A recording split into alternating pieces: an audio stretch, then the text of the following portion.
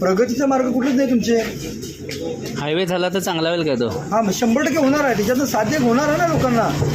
कारखानदारी वाढेल, रोजगार लोकांना वाढतील. पुणे मुंबईला इकडे तिकडे जिल्ह्यात लोक जातात इकडनं आपला भाग सोडून. आपला भाग सुद्धा प्रगती मार्गावर होईल ना. हायवेच्या विरोधात सगळे नेते आहेत की तालुक्यातले? नाही, हायवेच्या विरोधात का होतात? त्यांनी फक्त एकच मुद्दा उचलला आहे. कुठला? की बाबा वृक्षतोड व्हायला लागले आणि आपलं प्रदूषण व्हायला होणार आहे, की आपल्या भागात बाकीच्या गोष्टी चुकीच्या पद्धती काय होतील. त्याच्यावरती तुम्ही पर्याय काढा. तुम्ही वृक्षतोड होण्यापूर्वीच वृक्ष लागण करायचं प्लॅनिंग करा. त्याच्यावरती प्रिनियोजन करा. लोकांना वृक्ष वाढवायसाठी प्रयत्न करा. आमदार म्हणतात हायवे झाल्यानंतर विकास येणार. 100% येईल असं 100% वाटतं? होणार. विकास झालाच पाहिजे. या आधीचे आमदार लोक किंवा आणि कोण आले त्या लोकांनी विकासाची कोणती कामं केली?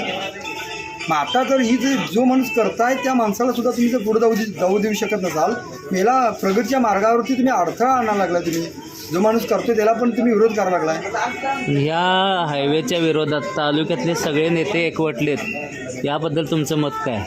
तालुक्यातले सगळे नेते प्रगतीसाठी तुम्ही एक या, परंतु प्रगतीच्या आड येऊ नका. आमचं एवढंच म्हणणं आहे. वृक्षतोडीचा तुम्हाला त्रास होतो ना, वृक्ष लागण करण्यासाठी प्लॅनिंग करा. तुम्ही हे लागण करू त्याच्यावरती दाखवा. धन्यवाद.